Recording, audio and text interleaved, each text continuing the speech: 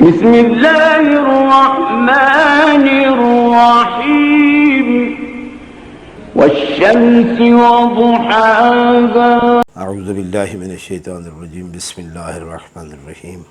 الحمد للہ الواحد الاحد الفرد الصمد والصلاة والسلام علی مصدر الخیر واشرف بریتہ ابی القاسم المصطفیٰ محمد وعلی آلہ الطیبین الاطہرین المنتجبین۔ عزیزان گرامی، جیسا کہ گزشتہ گفتگو میں آپ کی خدمت میں گزارش کی تھی کہ امام مہدی علیہ السلام کا تصور پورے عالم اسلام کا ایک متفقہ تصور ہے، جس میں شیعہ سنی دونوں متفق ہیں الحمدللہ، لیکن کچھ لوگ اس اتفاق و اتحاد میں دراڑ ڈالنے کی کوشش کر رہے ہیں۔ اسی طرح سے امام حسین علیہ السلام اور یزید کے متعلق بھی پورا عالم اسلام تقریباً متفق ہے، اور سبھی امام حسین علیہ السلام کو حق پر سمجھتے ہیں اور یزید کو ناحق اور باطل۔ لیکن باوجود اس کے کچھ لوگ ایسے ہیں جو اس امام حسین علیہ السلام اور یزید کے اتفاقی موضوع پر بھی دراڑ ڈالنے کی کوشش کر رہے ہیں، حالانکہ امام حسین علیہ السلام کو آپ قرآن مجید میں تلاش کرنا چاہیں تو وہاں بھی آپ کو مل جائیں گے، سنت میں تلاش کرنا چاہیں تو وہاں بھی امام حسین علیہ السلام آپ کو مل جائیں گے، اور اسی طرح سے اگر احادیث نبویہ میں امام حسین کو آپ تلاش کرنا چاہیں تو امام حسین علیہ السلام وہاں پر بھی آپ کو یقیناً مل جائیں گے، کیونکہ امام حسین علیہ السلام کی شخصیت ایک آفتاب کی طرح ہے، ایک سورج کی طرح ہے، اور جس طرح سورج کی روشنی بادل نہیں چھپا سکتے، اسی طرح سے امام حسین علیہ السلام کی حقانیت کو کوئی چھپا نہیں سکتا ہے، چونکہ حسین دن کی طرح ہے، حسین سورج کی طرح ہے، آفتاب کی طرح ہے۔ ایک پروگرام میں جاوید احمد غامدی صاحب سے سوال کیا گیا کہ یہ کربلا کا یہ دل خراش واقعہ اور یہ اتنا بڑا سانحہ جو ہوا ہے، آپ اسے کس نظر سے دیکھتے ہیں؟ تو غامدی صاحب نے اس کا جواب دیتے ہوئے فرمایا کہ کچھ لوگ کربلا کے سانحے کو جذباتیت کی نگاہ سے دیکھتے ہیں، یعنی وہ جذباتی ہو کہ امام حسین علیہ السلام کو حق پر ہونے کی سند عطا کر دیتے ہیں، اور ضرورت ہے کہ جذبات سے ہٹ کے اس تاریخی حقیقت کو دیکھا جائے۔ واقعہ کربلا کو آپ کس زاویے سے دیکھتے ہیں؟ میں جس وقت مدرسے کا طالب علم تھا اور عام طور پر شام میں پاک پتن کی میونسپل لائبریری میں بیٹھ کر کچھ رسالے بھی دیکھتا تھا، اخبارات بھی اور کتابیں بھی پڑھتا تھا،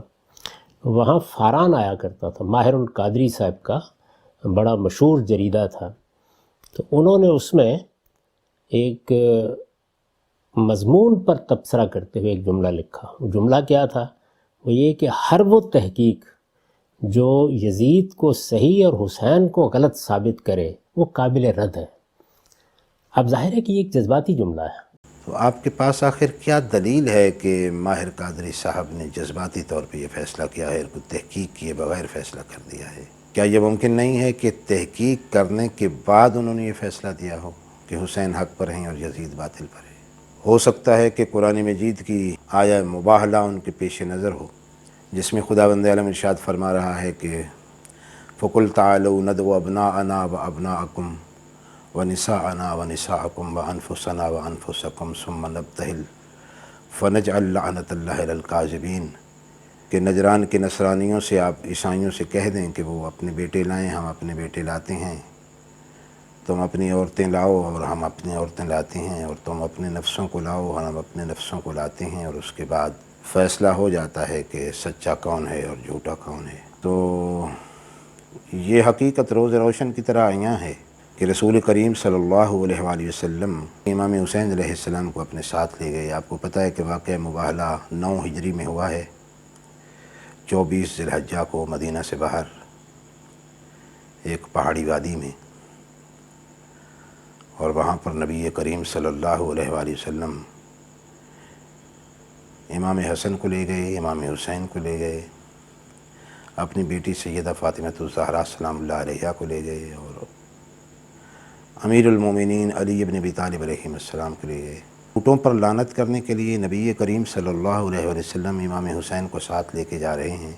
اور امام حسین علیہ السلام کی عمر مبارک اس وقت صرف 5 برس ہے، چونکہ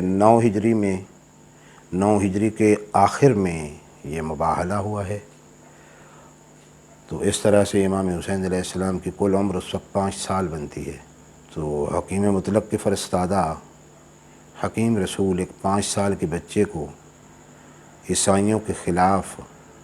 حق کی جنگ لڑنے کے لیے کیوں لے کے جا رہے ہیں؟ مدینہ میں، مدینہ بھرا پڑا ہے، کسی اور کو لے جائیں، بزرگ موجود ہیں، جوان موجود ہیں۔ تو امام حسین علیہ السلام کو اپنے ساتھ لے کے جانا اور انہیں مباہلے کی دعوت دینا عیسائیوں کو، اور ان کے سب سے بڑے پادری اسقف اعظم کا یہ کہنا کہ خبردار ان سے مباہلہ نہ کرنا۔ تو اس نے کہا کہ انی لأری وجوہا لو سأل اللہ ان یزیل جبلا من مکانہ لأزالہ، کیونکہ میں کچھ ایسے چہرے دیکھ رہا ہوں کہ اگر ان میں سے کسی نے سوال کر دیا اللہ سے کہ پہاڑ کو اپنی جگہ سے ہٹا دے لأزالہ، تو اللہ پہاڑ کو اپنی جگہ سے ہٹا دے گا۔ فلا تبتاہلوا، اور ان سے مباہلہ نہ کرنا، ولا یبقى علی وجہ الارض نصرانی الی یوم القیامہ، اور اگر تم نے ان سے مباہلہ کیا تو قیامت تک روئے زمین پر ایک بھی نصرانی باقی نہیں بچے گا۔ اور وہ چہرے وہ نصرانی کہہ رہا ہے، وہ اسقف اعظم ان کا سب سے بڑا پادری جن چہروں کا ذکر کر رہا ہے، ایک چہرہ نہیں کہہ رہا، انی لأری وجوہا، میں کچھ ایسے چہرے دیکھ رہا ہوں، انہی چہروں میں ایک چہرہ حسین کا بھی ہے۔ تو امام حسین علیہ السلام کا بھی چہرہ ہے جس کے متعلق وہ پادری کہہ رہا ہے کہ یہ وہ چہرہ ہے کہ اگر یہ کہہ دے تو پہاڑ اپنی جگہ سے اللہ ہٹا دے۔ اور نبی کریم صلی اللہ علیہ وآلہ وسلم بھی فرما رہے ہیں کہ جب میں ان کے لیے نفرین کروں، جب میں انہیں بد دعا کروں تو تم آمین کہنا۔ تو یہاں سے امام حسین علیہ السلام جن کی عمر مبارک اس وقت صرف 5 سال ہے، ان کی آمین کی تاثیر سمجھ میں آ رہی ہے۔ اور پھر نبی کریم صلی اللہ علیہ وآلہ وسلم کا یہ فرمانا، قسم اٹھا کر اللہ کی قسم، فرماتے ہیں والذی نفسی بیدہ، مجھے اس اللہ کی قسم جس کے قبضہ قدرت میں مجھ رسول کی جان ہے، لو لاعنونی لامسخوا قردۃ وخنازیر، کہ اللہ کی قسم اگر یہ نصرانی نجران کے مجھے نفرین کرتے اور مجھ رسول کو بد دعا دیتے تو یہ بندروں اور خنزیروں کی شکل میں مسخ ہو جاتے۔ وَلَوْ اسْتُرِمَ الْوَادِيُّ عَلَيْهِمْ نَارًا، اور یہ پوری وادی گویا کہ جہنم کی آگ میں گھر جاتی۔ تو یہ تفسیر تبری میں بڑی تفصیل کے ساتھ موجود ہے، تفسیر ابن کثیر میں ہے، تفسیر انوار التنزیل میں ہے، تفسیر جلالین میں ہے۔ اس طرح سے یہ کتابیں بھری پڑی ہیں کہ مباہلہ کرنے والوں میں ایک امام حسین علیہ السلام موجود ہیں۔ تو ماہر قادری صاحب کے ذہن میں یہ تحقیق موجود ہے یقیناً، وہ یہ آیا مباہلہ کی روشنی میں کہہ رہے ہیں کہ حسین حق پہ ہیں، چونکہ حسین کو اللہ نے قرآن میں رسول اللہ کا بیٹا کہا ہے، اور میدان مباہلہ میں رسول اللہ اسے لے کے جا رہے ہیں نصرانیوں کے خلاف مباہلہ کرنے کے لیے، تو حسین کی حقانیت تو یہیں سمجھ میں آ جاتی ہے۔ اس کے مقابلے میں اگر یزید کو آپ لائیں اور پھر بھی آپ تردد کا شکار ہوں تو اس کا مطلب ہے کہ آپ نے آیت مباہلہ کو نہیں پڑھا،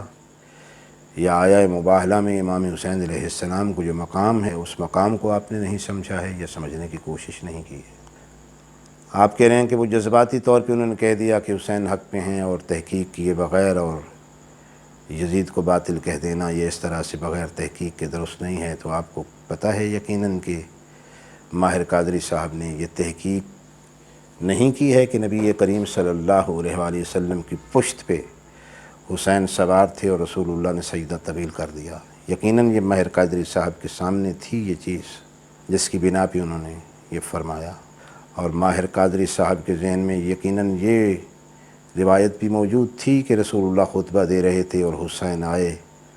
اور سرور دو عالم صلی اللہ علیہ وآلہ وسلم نے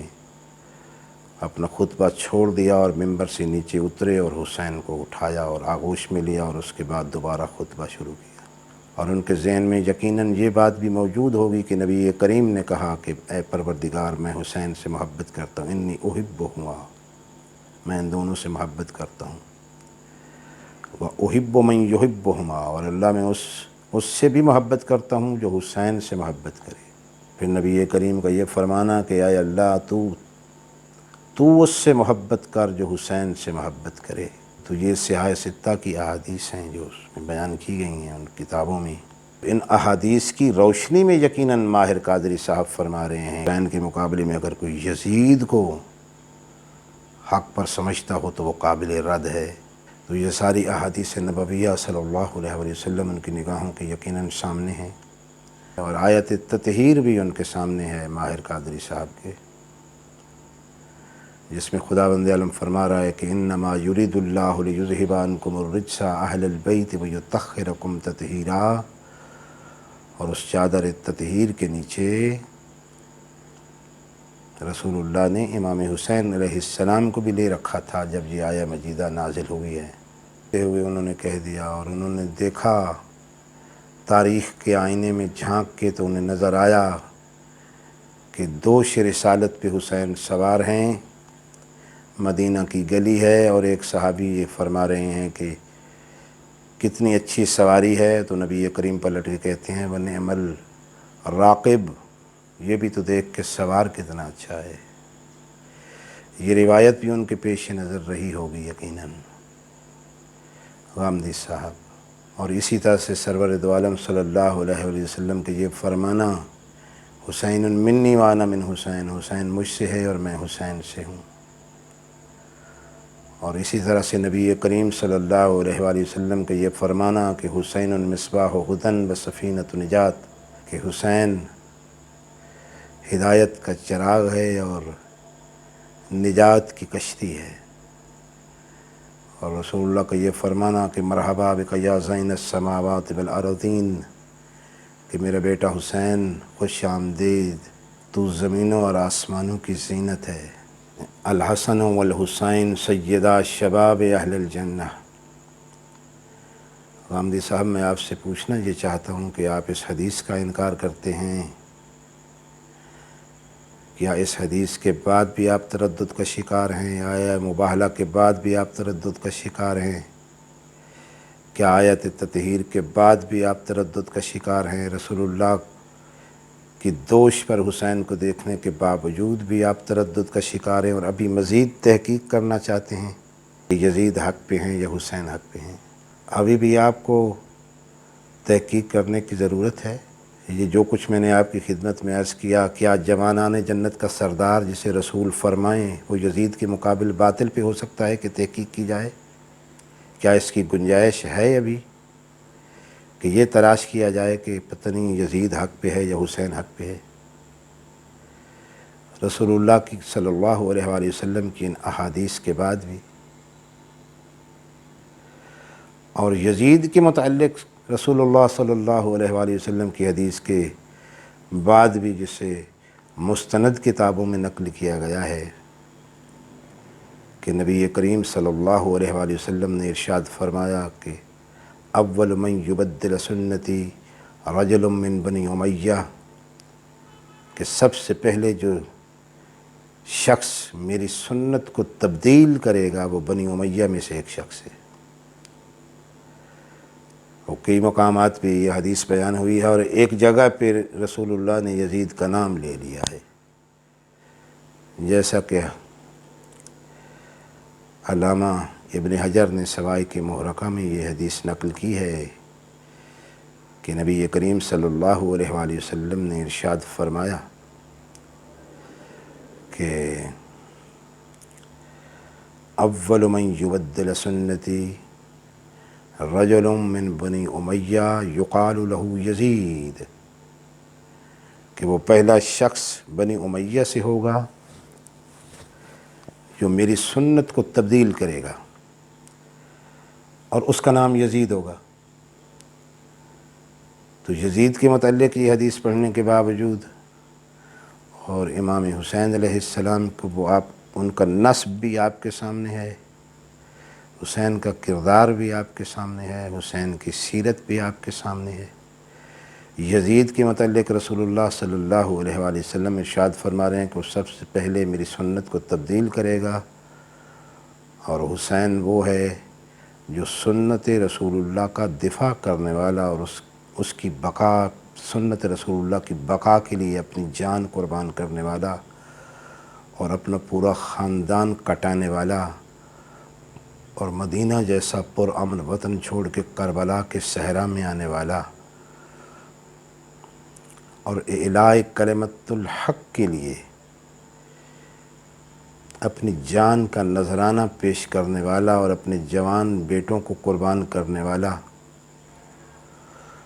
اور مخدرات عصمت بیویوں کی چادریں تک قربان کر دینے والا حسین، اس کے متعلق آپ کو تردد ہے غامدی صاحب کہ نہیں؟ ابھی تحقیق کے میدان میں آپ کو اترنا ہے اور دیکھنا ہے کہ یزید حق پہ ہے یا حسین حق پہ ہے، اور اس کے بارے میں آپ ابھی کوئی فیصلہ نہیں کر سکے۔ سرور دو عالم صلی اللہ علیہ وآلہ وسلم ارشاد فرما رہے ہیں کہ سب سے پہلے جو شخص میری سنت کو بدلے گا اس کا نام یزید ہے، اور حسین وہ ہیں جو یہ کہہ رہے ہیں۔ جب لوگوں نے آپ سے پوچھا یا بصرہ میں سلمان اباظرین کے ساتھ جو خط بھیجا امام حسین نے، اس میں یہ جملہ لکھا، ان السنت قد امیتت